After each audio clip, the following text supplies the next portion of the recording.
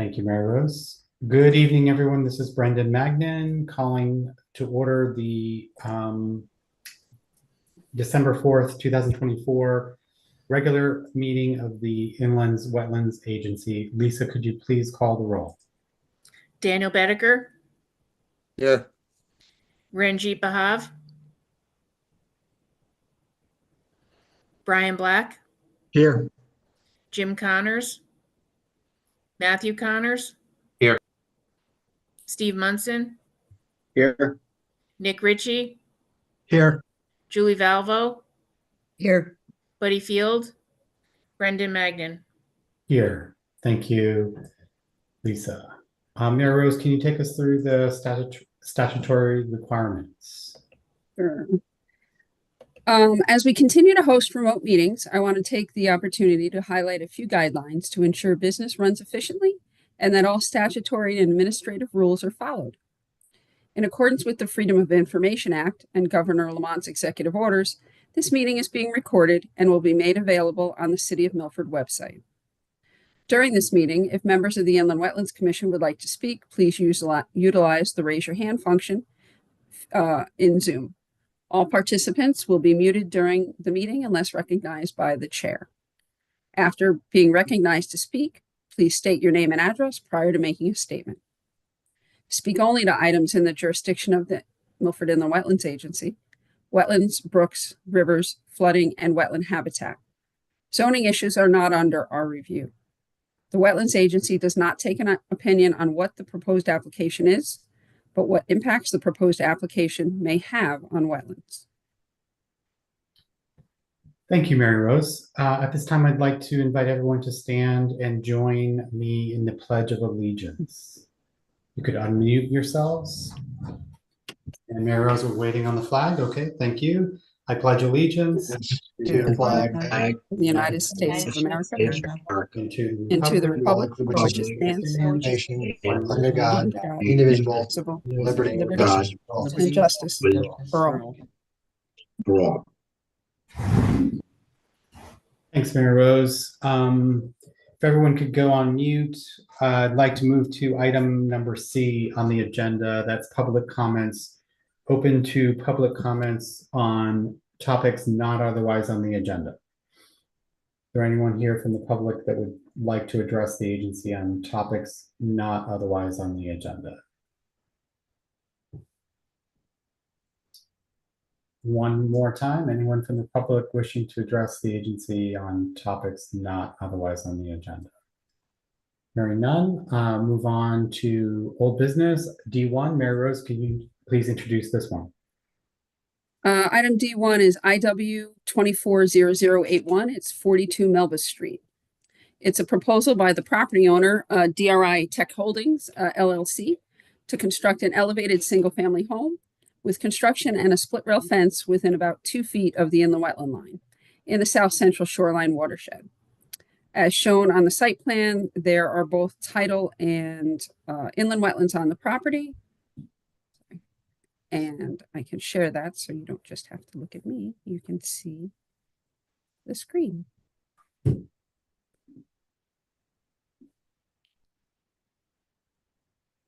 What you're viewing is a GIS Google map of the property. There are both tidal and wetlands on the property, and they're shown on a site plan. Applicant has reviewed the site with Connecticut DEP, and I have also spoken to John Goucher at Connecticut DEP Land and Water Resources Division about this property. Applicant is proposing to use helical piles for the foundation to limit site disturbance. The northwest corner of the house is proposed to be cantilevered. Oh, oops, wrong property. There we go. Is proposed to be cantilevered to limit disturbance between wetland flags 3 and 4. The proposed revised plans and soil report are in the meeting documents, the link of which is on the agenda. Mr. Chairman, this evening you have Joe Cotaspodi of Cotaspodi and Associates and Michael Henrik of DRI Tech Holdings here this evening to present the program. And Commissioner Bahab has just joined the meeting. Thank you for the orientation, Mary Rose. Hand it over to the applicant team who wants to present. Good evening, Mr. Chairman, members of the board. Joe Codaspoti with offices at 263 Boston Post Road in Orange, Connecticut. With me tonight, as was stated, is Mike Henrick, the builder of the property. Just to go through the history of this, we spent a lot of time with DEEP. Mary Rose can attest to that, about jurisdiction and who has what jurisdiction. So what we are proposing, to the best of our ability, is to construct a single-family home outside of the wetlands. Previously, we were proposing to fill the wetlands. It was brought up before, I think, by Mr. Field, about maybe with the foundation installed to overdig for the footing on the northwest corner of the house, to overdig for the footing because you might need a spread footing. Well, the structural engineer came back, said that we need helicopile, so spread footing is no longer necessary. It'll be on piles. So what we propose to do is to come up with a realistic plan for the lot. It is what we feel is the most realistic plan for the lot.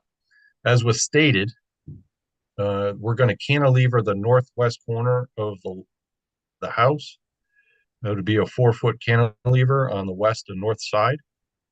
What this will allow to do is to mitigate or lessen any impact on the wetlands adjacent to the house, and at the same time have a realistic view if people need to pass and repass by the house. So since the lowest floor is basically storage area, because it's in a flood zone, we will cantilever and people can use that 4-foot space to walk around the house. This would allow future homeowner to utilize the property, but lessen any impacts on the wetlands because there would be no construction in that area save for the foundation footprint. In that area, we realize that it's very close to the wetland. There's no getting around that. So what can we do? Well, what we discussed with Mary Rose, and she made a fine suggestion, is that any disturbance there, if we do disturb it, we would put back the wetlands plants there. And my landscape architect came up with some salt-friendly plants that, if any impact to the wetlands did occur, we would just put these salt-friendly plants back and redress any disturbance there. We don't feel there would be a lot of disturbance because once the foundation is dug, all work would be essentially 4 feet away from that corner of the wetland. In addition, we kind of redid the rear deck, on the north side of the house. This deck is a little bit shorter in its projection to the north, but a little bit wider.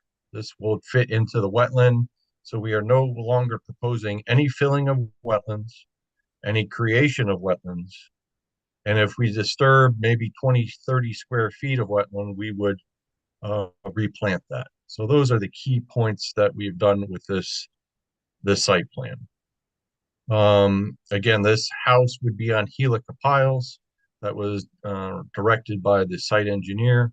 We do have some drainage that would be for water quality, since we're at the end of the watershed on both sides of the house. This would be sufficient to handle the roof runoff. And again, I think we're working with what we have for this lot. You know, it's not a very big house. 24 by 40, I think, is the footprint. So all in all, I think this is an improvement with working with the state and Mary Rose and trying to come up with a plan that is beneficial to the homeowner and yet is gentle enough, I'll use that term, on the wetlands. We all propose a split rail fence at the end to put that back up in place of the silt fence so that we keep any impact to the wetlands at a minimum at the worst. With me tonight is Mike Henrik. He would be the one that constructing the house, so we can feel free to ask him any questions. Great, thanks, Mr. Codispoti. That was a great synopsis. Any questions from the agency of the applicants?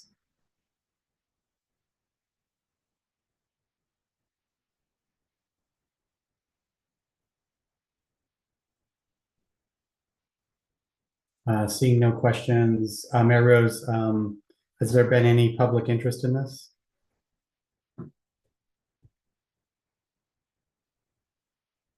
You're on mute, Mary Rose.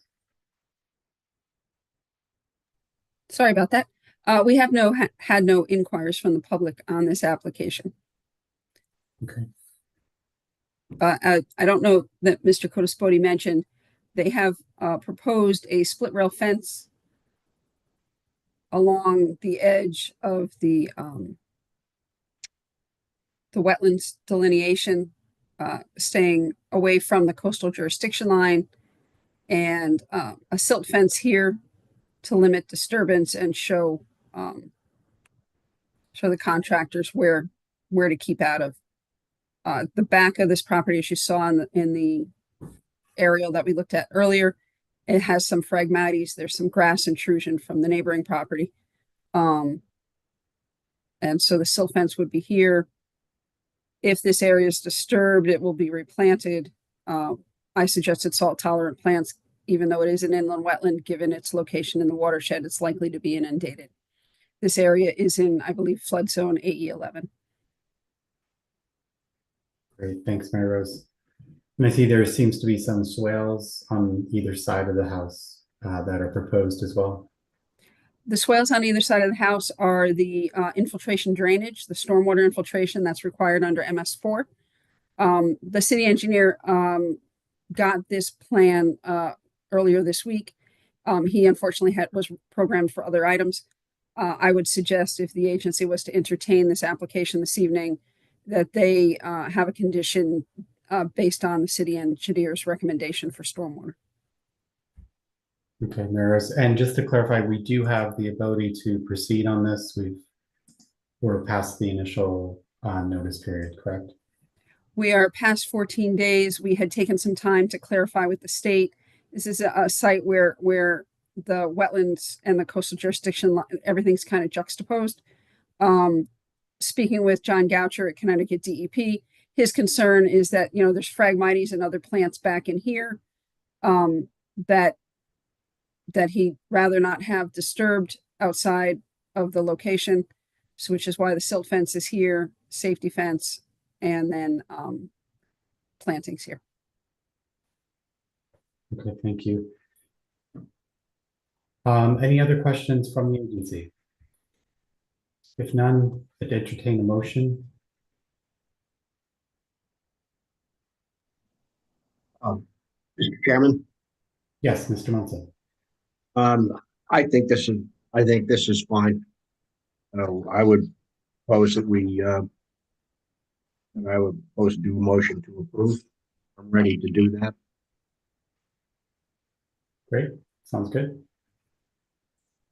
Mr. Chairman, after duly considering all relevant factors, I move to approve application IW240081 42 Melba Street, based on the plans entitled Improvement Location Survey Number 42 Melba Street, prepared for DRI TEC Holdings LLC, Milford, Connecticut, by Codispoti and Associates, PC. 3 sheets dated 6/24/24. Received EC 10/26/24, SP1 and SP2 10/2/24, and the information in the file and presented it at the meetings for the following reason.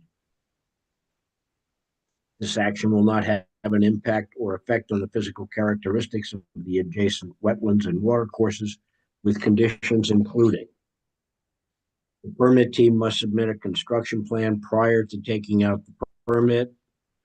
Soil erosion and sedimentation controls as outlined on the plans and in the Connecticut DEP 2024 erosion and sedimentation control guidelines must be installed and maintained on the site until the property is stabilized.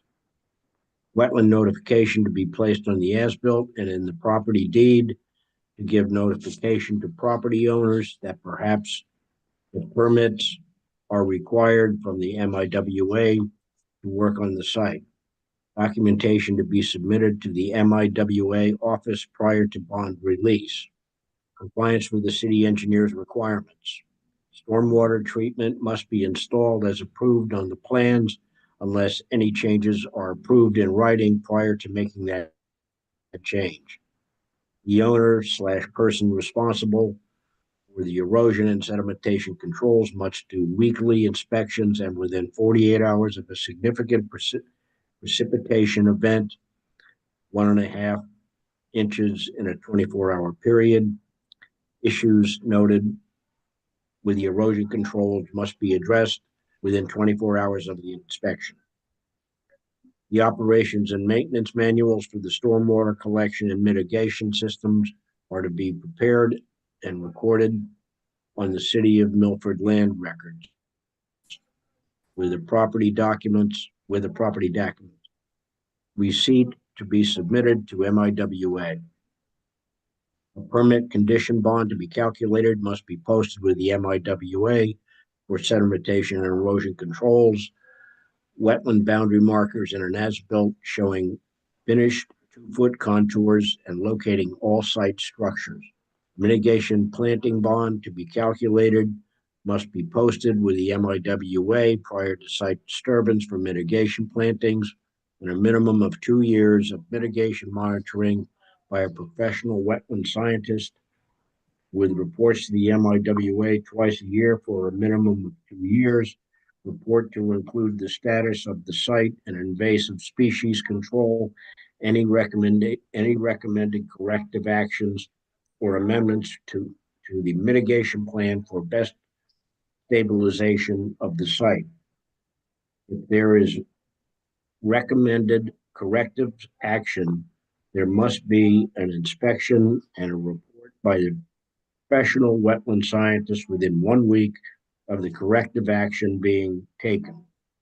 If the site has not met the criteria as outlined in the plan by or at the end of year 2, this bond may be held for an additional 2 years or until such time as the site meets the design criteria, whichever is later, with reports continuing twice a year to confirm status. Permittee must submit a certification by the project engineer that the completed project meets the design intent of the approval prior to bonds being released. This approval does not authorize any work in tidal wetlands. Any work in the tidal wetlands on the site requires review and authorization by the Connecticut DEEP. Permit is issued 12/04/24 and expires 12/04/29 unless otherwise provided by statute. That is my motion.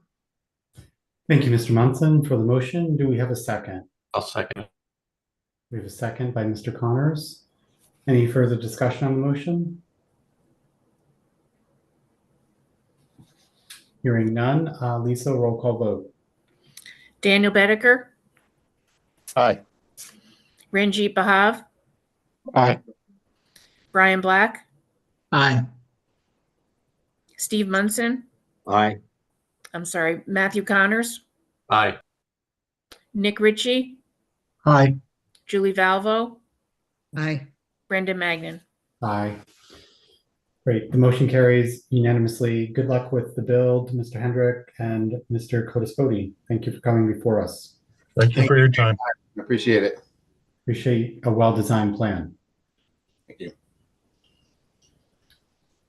Moving on to D2. Mary Rose, can you introduce this one, please?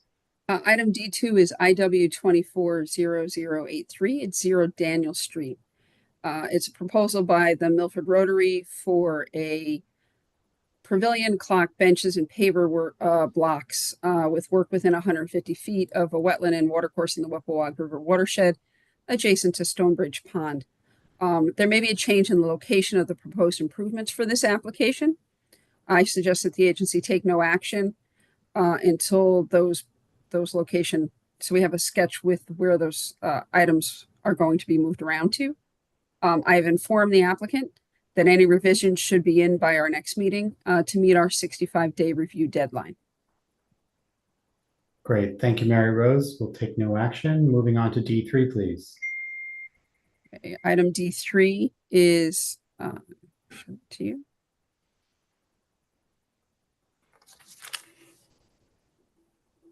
Item D3 is IW 240082. It's 843 North Street. It's a proposal for a 44-unit 8-30G development with construction and grading within 150 feet of a wetland and watercourse in the Wepawag River watershed. There are no wetlands on the site. The proposed site work is approximately 21 feet from the off-site wetlands. The proposed double row of silt fencing is approximately 17 feet from the off-site wetlands. Storm drainage is proposed for the site and is being reviewed by the city engineer. The agency has scheduled a public hearing for this application for December 18th, our next meeting.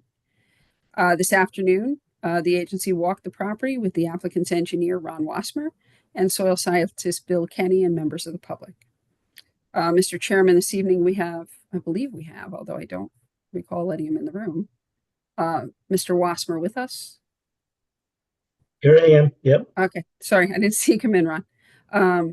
And Bill Kenny of William Kenny Associates to answer any of the questions on the project. Great. Thanks, Mary Rose. I just want to clarify, earlier you mentioned that it was 20 feet. The proposed site work is approximately 21 feet from the off-site wetlands, but just to be clear, there is no confirmed designated off-site wetlands. That's right. It's an approximation. Through you, Mr. Chair, when we were on the site this afternoon, Mr. Kenny felt that it may be greater. It may be, close to 30 feet off site. Soil scientists can't trespass onto adjacent properties. He found no wetlands on this property. We have 150-foot upland review area in this watershed.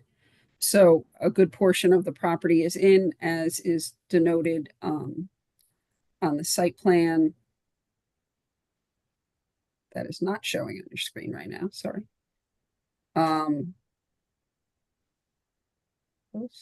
Cigar. There it is. We took Mr. Wassmer had shown an approximate wetland line here on the northeast corner. The commissioners stood adjacent to this pin this afternoon. If you can see where my mouse is in this northeast corner. They show this on their plan, but listening to Mr. Kenny, it sounds like that may have been a little bit further over here. In either event, both spaces bring the 150-foot upland review area onto the property, which is why the agency is reviewing this application. We're looking for what impacts work in this 150-foot upland review area will have on the offsite wetlands. Yeah, but I just want to be clear that those quote offsite wetlands are not confirmed. They're potential wetlands That is correct. as best identified from a visual effect from the soil scientist.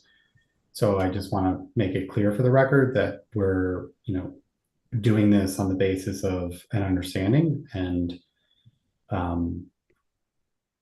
yeah, I don't think we should be saying that it's clear that those are offsite wetlands because that has not been confirmed. Thank you. So with that in mind, I would open up for the agency. Are there questions that you have that you would like the applicant to present during the public hearing? Mr. Black. Yeah, I guess through you, Mr. Commissioner, I guess my question is, are we going to get confirmation whether or not there's actually wetlands in that area? It's unlikely. Yes. I would say that's, I'll let Mary Rose speak, but it's unlikely because of what she said earlier, that this is an adjoining property and this owner doesn't have, jurisdiction to go on that property. So we're taking a conservative approach here by assuming it's wetlands based on the expertise of Mr. Kenny. And so we have no reason to kind of doubt him. But I just also want to be factually correct that they're probably wetlands based on his years of experience, but they're not actually confirmed by via soil, like soil samples weren't taken, whereas throughout this parcel that is owned by the developer or the owner of this property, there clearly is evidence by the soil scientists that they've done a thorough examination to determine that there is no wetlands or watercourses on the property, if that makes sense. Does that address your question, Mr. Black? Yes, thank you. Okay. Mr. Munson? Yes, through you, Mr. Chairman. I believe Mr. Kenny did say that his belief that there are or may be wetlands was based on the vegetation. And I think he also said that, certain types of vegetation are obviously wetland specific, but not definitive. In other words, it's iffy. So to the degree that you can define wetlands simply by vegetation is why you're never going to get an answer unless you actually do a soil test, which obviously can't be done or isn't being, for whatever reasons. That I don't know if everybody heard that. He sort of said it, I think. Through you, Mr. Chair. Yes, Mary Rose. Just basically, what Mr. Kenny said on the site this afternoon is visually when he was on site, the plants that looked to be facultative wetland species that typically grow in wetlands. He noted 15 to 30 feet off the corner of the property that we were standing next to. But he said that facultative species, roughly a 50-50 shot, whether they're actually in wetlands or not. The state of Connecticut defines a wetland by soil type solely. Using vegetation is not used for inland wetlands in Connecticut. It is used for tidal. It is not used for inland wetlands. Right. Yeah, and so we're taking a conservative approach. So are there questions specifically about the parcel or the lot and or the proposed development that relates to the wetlands, or I guess that relates to the regulated activity? Mr. Ritchie. Through you, Mr. Chairman. I guess my concern is a future impact to the maybe wetlands in the area. Do we know if the property is going to be leveled? Is it going to be graded? I see a couple high points on the property. During the site walk, it seemed to slope off gently. How much is the grading going to impact any potential wetlands that may or may not be there through stormwater drainage, snow drainage, and other type of development uses that are going to be proposed for the property? That's a great question, Mr. Ritchie. And I would suggest that we have Mr. Wassmer and his team answer that during the public hearing. Okay. Are you okay with that? Yep. Mr. Connors? Just in regards to if there is wetlands in the area, there's only two uses I would see that would be a major effect of it. One of them is like obviously the parking, and the other one is the winter stockpile of the snow. I was just curious if it is in the cards to possibly get that snow pile moved outside of that 150-foot upland review area.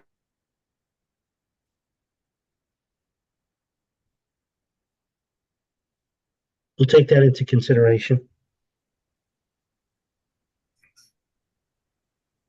Thank you. And do our best to accommodate that suggestion. Thanks, Mr. Wasmer. I believe you may have stated your name for the record, but if you could Oh, I'm just, sorry.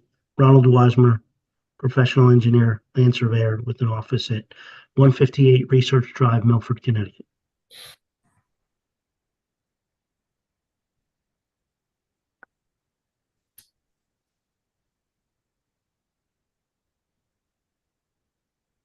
the only additional question that I would like to have Mr. Kenny address is in regards to the removal of the trees.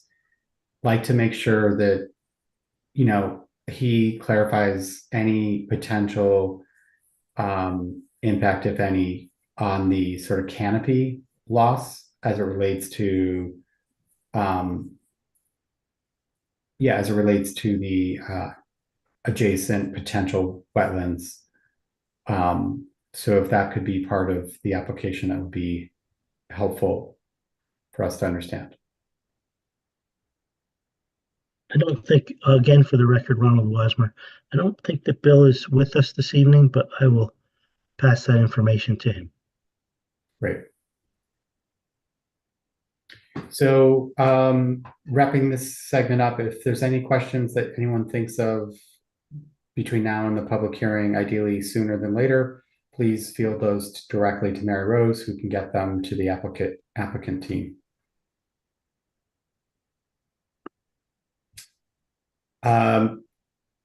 Hearing no other discussion, I'd like to suggest we move on to the next agenda item. Well, thank you all. Have a good night. Thank you. Thank you.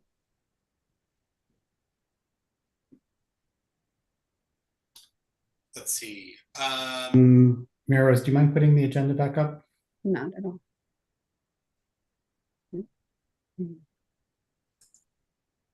Okay, consideration of the minutes. Do we have an approval to, do we have a motion to approve those as presented?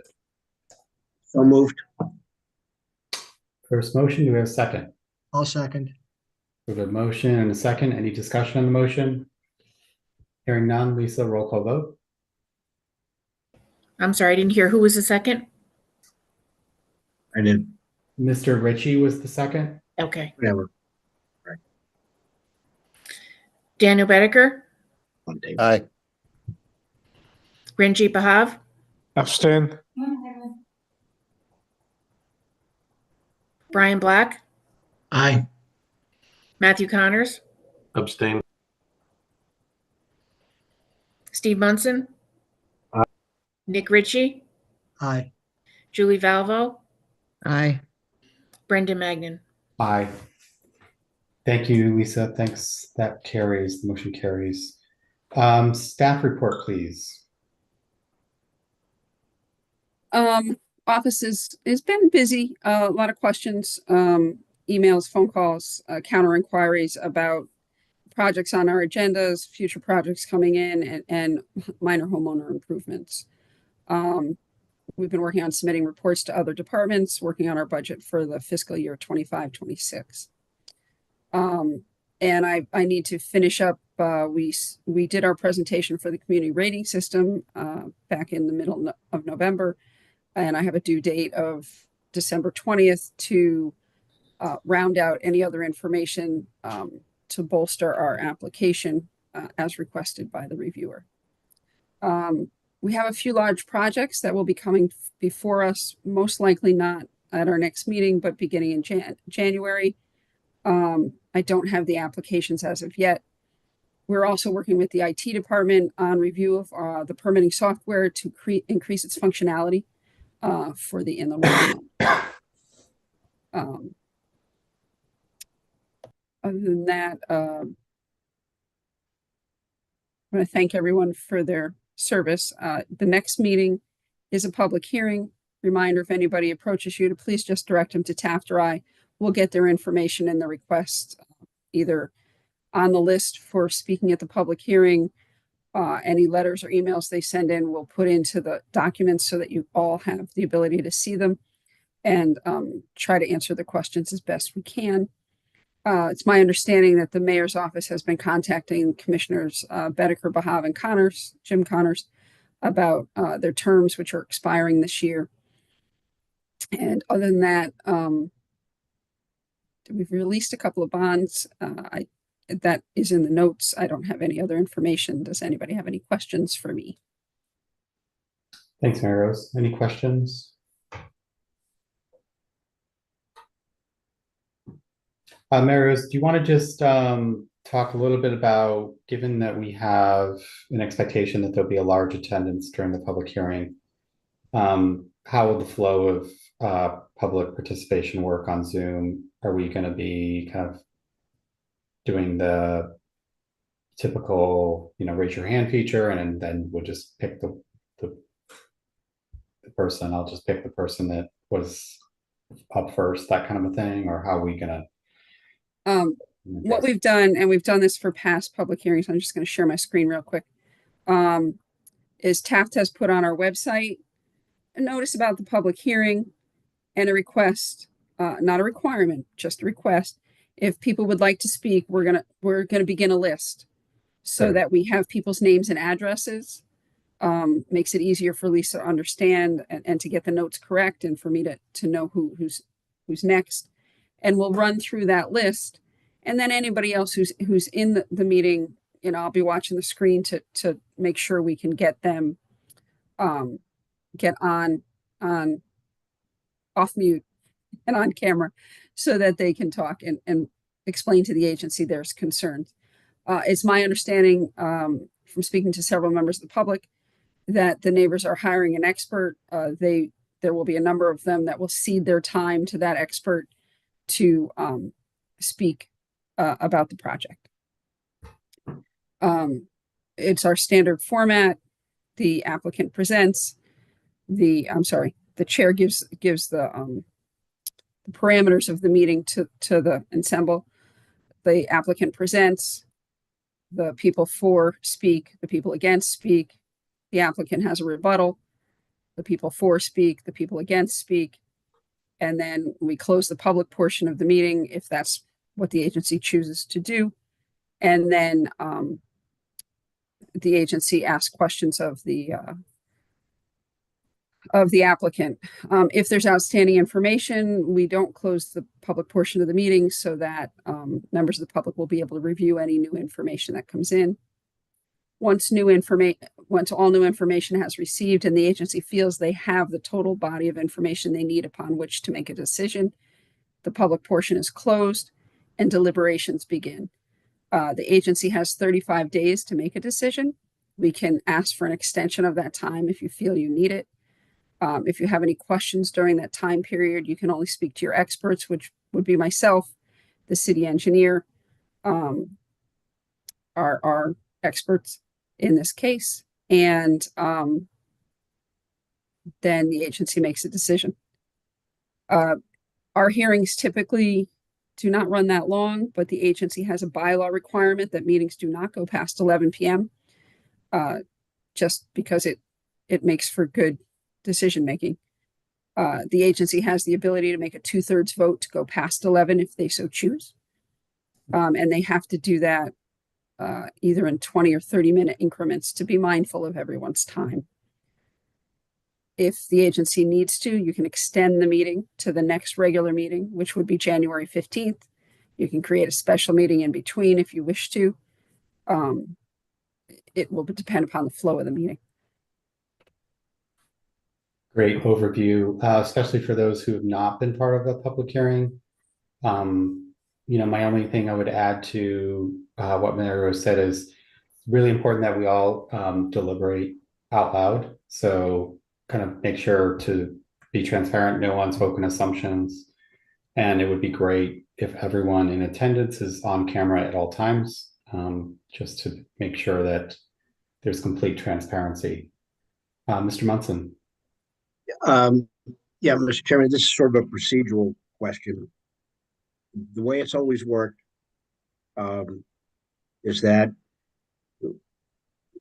people have there's 2 rounds of questioning that a person who speaks in the first round is entitled to speak in the second round, but a person who has not spoken in the first round is not entitled to speak in the second round.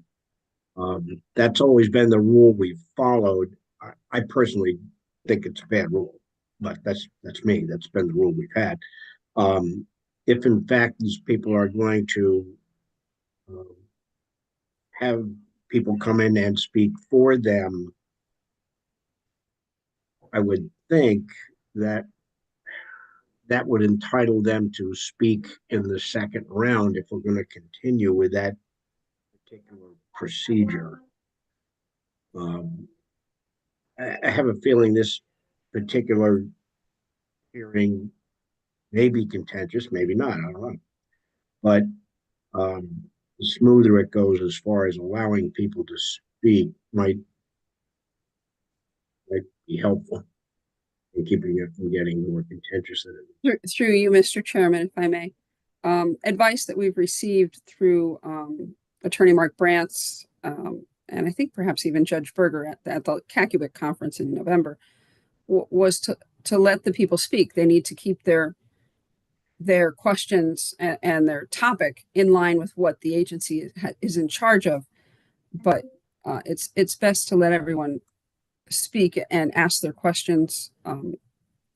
Inform the public that there's no give and take between applicants and consultants. I'm sorry, between the public and the applicant and the consultant in our meeting. All questions go through the chair, but people want to be informed, and that's the best way to do it, is to let them ask their questions. I agree. Yeah, so Mr. Munson, we're not going to be policing saying in the second round, oh no, you didn't speak. In the first round, you can't speak.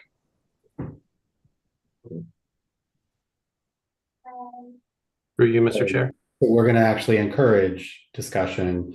The caveat on the second round, just to finish this thread, Mr. Connors, the caveat on the second round as parliamentary procedure is that you're only discussing new information that's discussed, not repeating information that was discussed in the first round. Right. That's the only caveat, but it doesn't mean that you limit who speaks, in my view, and further to what Mary Rose just said. Right. Okay. It's more concept based, it's more concept limited, not speaker limited. Thank you for that clarification. Mr. Connors. I guess this question would be for Mary Rose. I'm just not familiar with an application like this where it's kind of based on assumption. How do we know so we can have jurisdiction even with just assumption, number one? And number two, my question would be, if there is contention with the neighbors and neighbors are coming forward, is that possible just to maybe set something up with the neighbors and have Bill McKinney go on their site? I don't want to talk specifics on an application without the public and the applicant here. I can tell in broad terms that surveyors have a right to trespass to make property lines, to access property and make property lines. Soil scientists do not. So we can't implore or require neighbors to have wetlands defined on their property. It may limit the property value, depending on how people look at value of properties, to require somebody to find wetlands on their property. So no, we're working on the assumption the wetland maps show that this site, if we turn, first of all, you can't see what I'm seeing, so let's try this. There you go. Sorry, while you're looking that up. So basically you're saying that we do have jurisdiction based on assumption. We're looking at this site shows up within our upland review area. We know that there are wetlands on a city property over here that would land probably the very minimalist of this property in it. We're looking at what impacts this corner would have on that adjoining property. And I think the questions that were asked are appropriate. But again, I don't want to get into specifics of a property. I'm just trying to show you the wetlands maps that we have for the city of Milford are, sorry, I lost that share. I don't know why. Yeah, which is adding to your comment. It's more than an assumption. It's an educated, informed decision. Right. The wetlands maps for the city of Milford are based on soil types. They were done on the 1965 New Haven County Soil Survey. The orange blobs you're seeing are areas either around water courses or around assumed wetlands. These are conveniently located around low patches and water features in a golf course. And this is where we start our refining in whether people have to go and define wetlands on their property. Somebody up in here, besides being in orange, wouldn't need to define wetlands for us because they're assumed to be high and dry. We'll go and look at the site, but there's no characteristics, natural characteristics that point us to wetlands in that area. Someone here along the valley, yeah, we're likely looking at all these sites to determine, how close and how much wetlands, if there are any, on the property. It's just a way to kind of, it's the way it was done in the early 80s to bring in definition. There wasn't a way for the city to define wetlands on every property. The costs and the trespassing wouldn't be allowed. So this is what's generally used across the state is the county soil survey. And then we have a patchwork of wetland delineations we've had over the last 30 plus years of the agency's existence that show us where the actual lines are in some places, or were at that point in time. Thank you.